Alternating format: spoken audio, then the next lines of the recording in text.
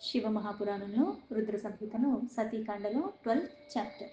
ఇక్కడ దక్ష ప్రజాపతి తపస్సు ప్రభావంతో ఆ తపస్సు కారణంగా పరమేశ్వరి ఆయనకి దర్శన భాగ్యాన్ని ఇవ్వటం, అలాగే ఆయనకి వరాలు ఇవ్వటం గురించి చెప్పబడింది.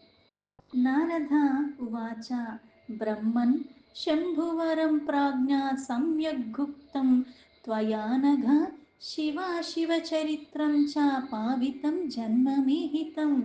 నారదుడు మళ్ళీ బ్రహ్మతో చెప్తున్నాడు ఏమని, ఓ బ్రహ్మ, పరమశివ భక్తులు మీరు, అందుకే మీ ద్వారా మహాప్రాజ్ఞులు జ్ఞానులు, అలాగే నిష్పాపి, నీకు పాపం అన్నది లేదు. ఆ పరమేశ్వరుడు గురించి పరమేశ్వరుడి గురించి కళ్యాణకారమైన ఆ చరిత్ర ఏదైతే మీ నుంచి ఆ వర్ణన విన్నానో నా జన్మ ధన్యమైపోయింది, నేను పవిత్రుణ్ణైపోయాను అని. ఇదానిం వద దక్షస్తు తపః కృత్వా దృఢం వ్రతః కం వరం ప్రాపా దేవ్యాస్తు కథం సా దక్షజాభవత.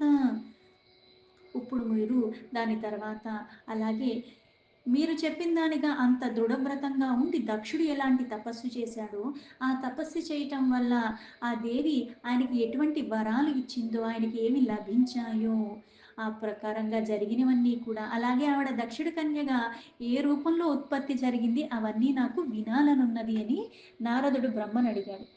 బ్రహ్మో ఉవాచ శృణు నారద ధన్యస్వం మునిభిర్భక్తితో అఖిలేహ యథా తెపి తపో దక్షో వరం ప్రాపాచ సువ్రతః. బ్రహ్మ మళ్ళీ నారదుడు చెప్తున్నాడు, ఓ నారద, ఆ ఇక్కడ నిజంగా ఆ మునిల సహితంగా ఆ శివభక్తిలో కూడా ఎప్పుడూ ఉన్న కారణంగానే నువ్వు చాలా ధన్యుడివి. అంటే ఇక్కడ అందరిలోని కూడా ప్రసంగాలు చాలా భక్తితో వింటున్నావు. పైగా ఇక్కడ భక్తి ఉంటే సరిపోతుందా అంటే లేదు, ఎక్కడొకక్కడ మళ్ళీ అనుగ్రహం ఉంటే కానీ మళ్ళీ అది మనం వినాలన్న కోరిక కలదు. అందుకే ఉత్తమ వ్రత లక్షణాలతో దక్షుడు ఏ ప్రకారంగా అయితే తపస్సు చేశాడో, ఎలాంటి వరాలు పొందాడో అది కూడా నేను చెప్తాను అని. మదాజ్ఞప్తః సుధీ దక్షః సమాధాయ మహాదీపః అయాద్యుష్టం చాతం దేవీం తత్కామో జగదంబికాం. నా ఆజ్ఞ ప్రకారంగా ఆ బుద్ధిమంతుడైన దక్ష ప్రజాపతి కూడా ఆ తపస్సు చేయటానికి సిద్ధమైపోయాడు. అందుకుని ఆ మనస్సంతా కూడా అక్కడ పూర్ణంగా ఆ పరమాత్మని ఎలా అయినా సరే ప్రసన్నుని చేసుకోవాలని దేవి జగదంబ ఉపాసన కోసం ఆయన వెళ్ళాడు.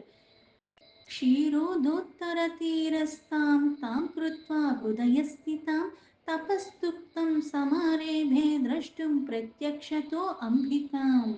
అందుకని క్షీరసాగరానికి ఆ తటం దగ్గరికి వెళ్ళాడు.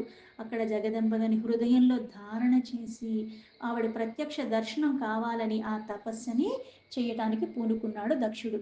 దీప్యవర్షేణ దక్షస్తు సహస్రానాం త్రయం సమాహ తపశ్చచార నియతః సంయతాత్మా దృఢవ్రతః. ఇక్కడ సంకల్పం ఉంది, అన్నీ ఉన్నాయి. దక్షుడు మనసంతా కూడా సమన్వయం చేసి, అంటే సమన్వయం ఏం చేస్తాడు అంటే ఇంద్రియాలు, ఆ ఇంద్రియాలు జ్ఞానేంద్రియాలు కర్మేంద్రియాలు ఇవన్నీ కూడా సమన్వయం చేసి అక్కడ అన్నీ తన వశంలో చేసుకుని దృఢమైన విశ్వాసం, అంటే మొదలు పెట్టేటప్పుడు ఎలా ఉందో కొనసాగేటప్పుడు కూడా అదే ఉంది. మనకి ఏదైనా ఒక కార్యం చేసేటప్పుడు చాలా జోష్లో మొదలు పెట్టేస్తాం, ఆ తీవ్రత క్రమేణా క్రమేణా తగ్గిపోతుంది, తర్వాత అసలు దాని గురించి ధ్యాస కూడా ఉండదు, వదిలేస్తాం కూడా మధ్యలో. కానీ ఇక్కడ అలా కాదు, ఇంద్రియాలన్నీ తన వశంలో చేసుకు అంత దృఢంగా ఉండి దక్షుడు ఆ దేవతని ఇలా 3000 సంవత్సరాల వరకు ఆ నియమనిష్టలు ఏదైతే అనుకుని మొదలుపెట్టాడో అప్పుడు దాకా అలానే ఉండి కొనసాగిస్తూ ఆ తపస్సుని కొనసాగించాడు 3000 సంవత్సరాలు. మారుతాశీ నిరాహారో జలాహారీ చ పూర్ణభుక్ ఏవం నినాయాతం కాలం చింతాయంతం జగన్మయీం.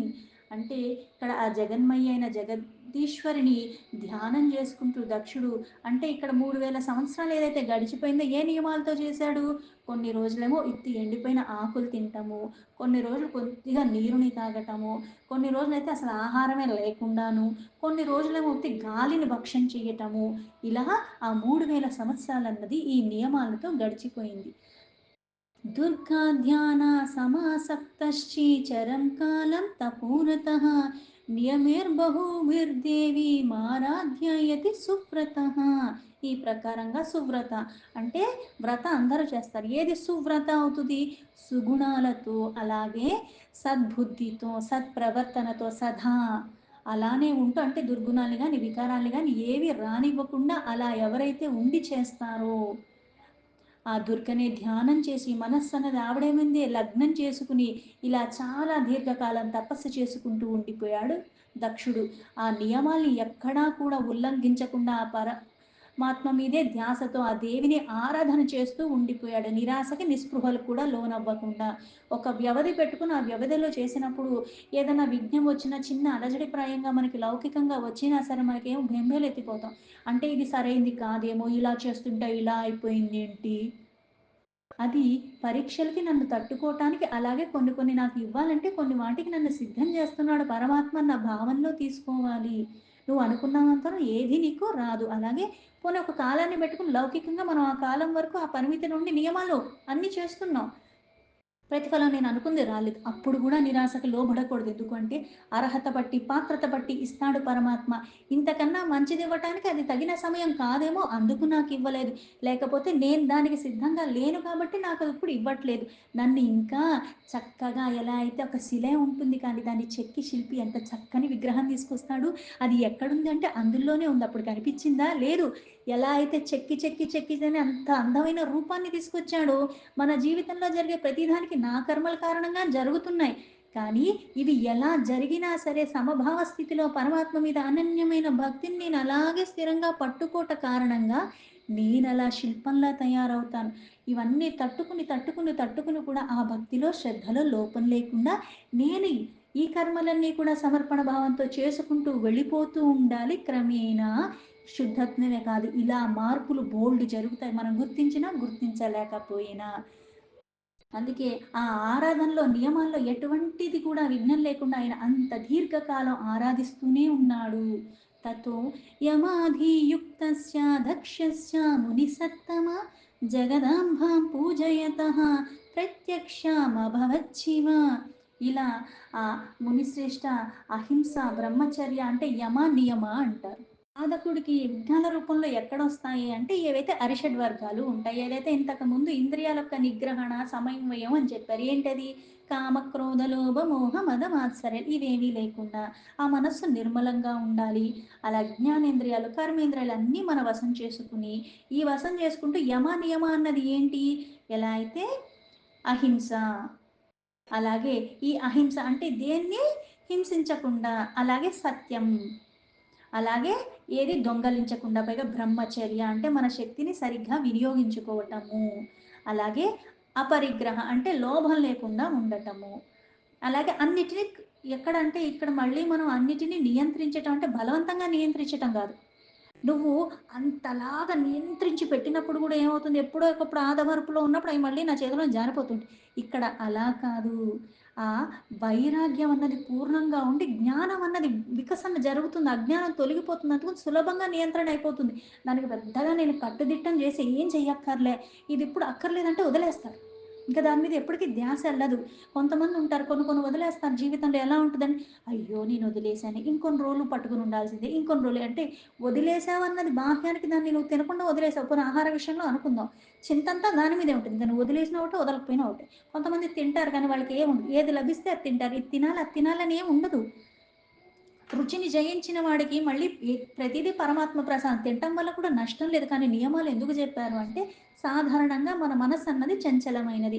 కొన్ని కొన్ని రుచులకు లోబడినప్పుడు ఎలా అయిపోతుందంటే, ఎంత దీర్ఘకాలం తపస్సు చేసిన వాళ్ళు విశ్వామిత్రులు లాంటి వాళ్ళే ఒకానొక బలహీన క్షణంలో వాళ్ళు కూడా మోహానికి లోబడ్డారు. మనమెంత, మన భక్తి ఎంత, అలాగే మన నియంత్రణ ఎంత.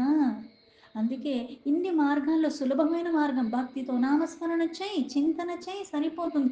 విను, నిన్ను పెద్ద పెద్దగా సాధనలు, తపస్సులు కూడా చెయ్యమని చెప్పలా. కానీ ఇక్కడ వీళ్ళు అంత దీర్ఘకాలం ఎలా చేయగలరు? అసలు నియంత్రణ అంటే ఏమిటి అంటే శౌచము. శౌచం అన్నది ఎలా ఉంటుంది అంటే శుభ్రంగా ఉండటం. పొద్దున్న, సాయంత్రం, మధ్యాహ్నం కూడా స్నానాలు చేసేయొచ్చు. కానీ వాళ్ళు అంతకాలం అక్కడ చేసినప్పుడు వాళ్ళు అంత నియమంగా ఏం స్నానాలు చేయరే. ఆ తపస్సులో అన్నీ వదిలేసి ఉన్నప్పుడు శరీరాన్ని పట్టించుకోరు. గడ్డాలు గిడ్డాలు అన్నీ వచ్చేస్తూ ఉంటాయి. గాలికి, వానకి అలా తడుస్తూనే ఉంటారు. ఎందుకంటే ఈ శౌచం ఎక్కడిది చెప్పారు. అంతరంగికమైన శౌచం. ఎందుకంటే మాలిన్యాలు లేవు. ఆలోచనలు ఎక్కడ అజ్ఞానం లేదు. అలాగే మాలిన్యాలు లేవు. వాసనలు లేవు. వికారాలు లేవు. ఏమీ లేవు. అందుకే ఇక్కడ ఆ ఆరాధన క్రమంలో ఏమైంది? అహింస, బ్రహ్మచర్య, అలాగే ఇవన్నిటితో పాటు సంతోషంగా ఆ తపస్సు అన్నది ఇప్పుడు ఎలా అయితే ఒక నియమాన్ని పెట్టుకుని ఇప్పుడు రోజు 5కి లెగాలంటే అదే 5కి లెగటం. ఇప్పుడు నాకు ఆరోగ్యం బాగలేదు. పోనీ 6కి లేచాను. అది కూడా కాస్త బాగలేదు. లేచాను. కాకపోతే 5కి లేచి ఏం చేశానో 6కి లేచానో అదే చేస్తాను నేను. అంటే ముందుగా ఆరాధన చేసుకోవాలనుకున్నా నా పరమాత్మని అలా విధంగా పోనీ అంతసేపు కూర్చొని చేసుకునేంత ఓపిక లేకపోవచ్చు శారీరకంగా నాకు. కానీ అక్కడికే వస్తాను. అక్కడే కూర్చుంటాను. 2 నిమిషాలు. పోనీ కూర్చొని చేయలేకపోతే మానసికంగా చేసుకుంటాను. అది చేయకుండా ఉండలేని స్థితికి వెళ్ళిపోతూ ఉంటాం. అయితే ఇక్కడ వీళ్ళు ఈ మునిశ్రేష్ఠులు ఇక్కడ అహింస, బ్రహ్మచర్య అన్నది ఏంటి అంటే మానసికంగా కూడా, శారీరకంగా, వాక్కు రూపంలో కూడా మనం నిజంగా ఉపవాసాలు చేసామంట ఏం చేస్తాం? ఆహారం తినట్లేదండి. నేను తినలే ప్రపంచాన్ని మొత్తానికి నేను ఉపవాసం ఉన్నా అని చెప్పేస్తా. అలాగే ఈ ఉపవాసం అన్నది పరమాత్మకి సాన్నిధ్యంలో ఉండాలి. మన పరమాత్మ ఎక్కడున్నాడంటే చరాచర జీవరాశులు అన్నిటిలోనూ ఉన్నాడు. ఆ చింతనలో ఉండంటే మనం మామూలప్పుడే ఆ భావనతో ఇంకా ఉపవాసంలో ఇంకేం చూస్తావు? ఆకలేస్తుంది ఎవడన్నా తింటే తినాలనిపిస్తుంది. అప్పుడు ఇంకా కోపం ఎందుకు? నాకు నియంత్రణ లేదు. నియంత్రణ చేసి అది చెయ్యి. అందుకే వినగా, వినగా, వినగా నిత్యము కొన్ని చెయ్యమని అందుకు చెప్పింది. ఆ క్రమేణా ఏమవుతుందంటే, నేను ఉపవాసం ఉన్నా, లేకపోయినా, ఈ రోజు, ఆ రోజు కాకుండా ఏ రోజన్నా ఈ నియమాలు నేను ఉల్లంఘించకుండా ఉండేలాగా నా శరీరాన్ని, నా మనస్సుని, నా వాక్కుని కూడా నేను నియంత్రిస్తున్నాను. కొన్ని అలవాట్లు అలవరుస్తున్నాను. దాని కారణంగా ఏమవుతుంది? దీన్ని పెద్దగా నేనేం బంధించక్కర్లేదు. అది సహజంగానే ఆ పనులు చేసుకోవటానికి మక్కువ చూపించేలాగా అయిపోతుంది. కొన్ని సంపర్కం వల్ల. వ్యవధి పట్టచ్చు. రెండో రోజు ఏం మారిపోను. కానీ క్రమేణా ఒకటి, ఒకటి, ఒకటి అన్నీ ఒకేసారి పెట్టుకుంటే రెండో రోజు నేనేం చెయ్యను. ఒకటొకటి, ఒకటొకటి మార్చుకుంటూ వెళ్ళాలి. ఇక్కడ ఈ యమ అన్నది అది అంత ఇక ఆసన, యమ, నియమ, ఆసన, ప్రాణాయామ, అలాగే ఆ ప్రత్యాహార అంటే ఈ ఇంద్రియాల యొక్క నిగ్రహణ, సమాధి స్థితిలో ఉంటారు, ధ్యానంలో ఉంటారు, ధారణలో ఉంటారంటే తదేకంగా అదే ధరిస్తూ ఉన్నారు. ఇప్పుడు వస్త్రాలు ధరించామంటే వేసుకుని ఎలా ఉన్నాము అంతలాగా త్రికరణ శుద్ధిగా చేస్తూ ఉంటారు. మనసా వాచ కర్మణ. అందుకే ఇక్కడ ఆ యమనియమయుక్తంగా జగదంబికని పూజ చేసుకుంటూ ఉన్నాడు దక్షుడికి. అప్పుడు ఆ జగదంబిక ప్రత్యక్షమయ్యింది. అంతలాగా నువ్వు ఉండగలిగితే నీకు అది కూడా సాధ్యం. ఉండగలమా? తతః ప్రత్యక్షతో దృష్ట్వా జగదాంబం జగన్మయీం కృతాకృత్యామతాత్మానం మేనే దక్ష ప్రజాపతి. ఆ దక్ష ప్రజాపతికి ఎప్పుడైతే అమ్మవారు అలా దర్శనమయ్యిందో జగన్మయి అయిన జగదాంబిక అక్కడ ప్రత్యక్షంగా చూసేసరికి కృతాకృత్యుడు అని అనుకున్నాడు. అంటే ఏంటి? దేన్నైతే ఇక్కడ కోరికతో చేశాడో ప్రతిఫల రూపంలో అక్కడ వచ్చేసిందంటే నా జన్మ సార్థకం అయిపోయింది. నేను చేసే క్రతువుకి ప్రతిఫలం లభించిందన్న ఆనందంలో సింహస్తాం కాళికాం కృష్ణాం చారువక్త్రాం చతుర్భుజాం వరద అభయ నీలాం ఖడ్గగాహస్తాం మనోహరం. ఎలా వచ్చింది ఆ రూపం? సింహం మీద కూర్చుని ఉన్నది, పైగా కృష్ణవర్ణంలో ఉన్నది, చాలా అందమైన ముఖంతో ఉన్నది, 4 భుజములతో ఉన్నది, పైగా ఎలా ఉంది? వర అభయ హస్తాలతో ఉన్నది. నీల కమలాన్ని చేతిలో పట్టుకుని ఇంకో కమలం ఒక చేత్తో, ఇంకో చేత్తో ఒక ఖడ్గాన్ని ధరించి ఉన్నది. మనోహరమైన రూపం అది. చూసే కొద్దీ చూడాలనిపించే రూపం. పైగా ఇది ఎప్పుడు పడితే అప్పుడు చూడటానికి వీలు కానటువంటి రూపం. అంటే 3000 సంవత్సరాలు చేస్తే అక్కడ కనిపించింది. మళ్ళీ ఇంత శక్తి ఇంతలా నీకు ఎప్పటికన్నా మళ్ళీ అవకాశం వస్తుందా అంటే రాదు. అందుకే ఇది చాలా మనోహరం. మనస్సుని హరించే యొక్క రూపము. ఆ మనసు ముగ్ధత్వానికి లోబడిపోయే రూపము. ఆరక్తనయనాం చారుముక్తకేశిం జగత్ప్రసుం తుష్టావాగ్నిభిశ్చిత్రాభిః సుప్రణమ్యాత సుప్రభాం. అయితే ఇలా 4 చేతులతో కనిపిస్తుందన్నారు. ఇంత అందంగా ఉన్నది. పైగా ఎలా ఉన్నాయి అంటే ఎర్రని కళ్ళతో ఉన్నాయి. అందమైన ఆ స్వరూపం ఎలా ఉంది అంటే చక్కని కేశపాశాలతో ఉన్నది. ఆ జగత్తుకే మూలమైన ఆ జగదంబిక ఇక్కడ అందరికీ జన్మలకి కారణమైంది. అలాంటిది ఎంతో కాంతిమయంగా ఉన్నది.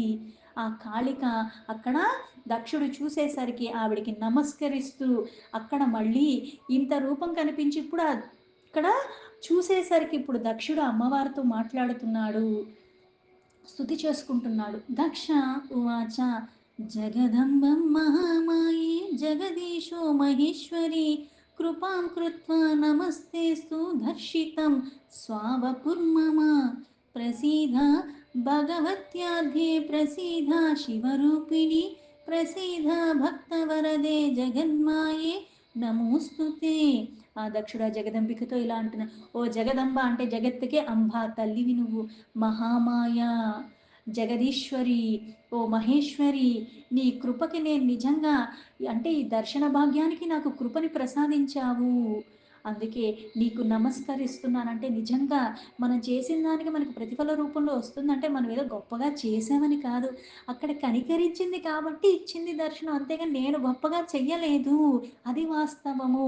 చిన్నపిల్లాడు ఉంటాడు, అది ఇది చేసేస్తుండా బాగా చేసావమ్మా అని తల్లనేస్తుంది, ఎందుకు మమకారంతో. ఇక్కడ కూడా అందుకే జగత్తుకి అంబా వాత్సల్యం కొద్దీ కనికరించింది, అందుకే దర్శనాన్ని ఇచ్చావు, అందుకు నీకు నమస్కరిస్తున్నాను తల్లి.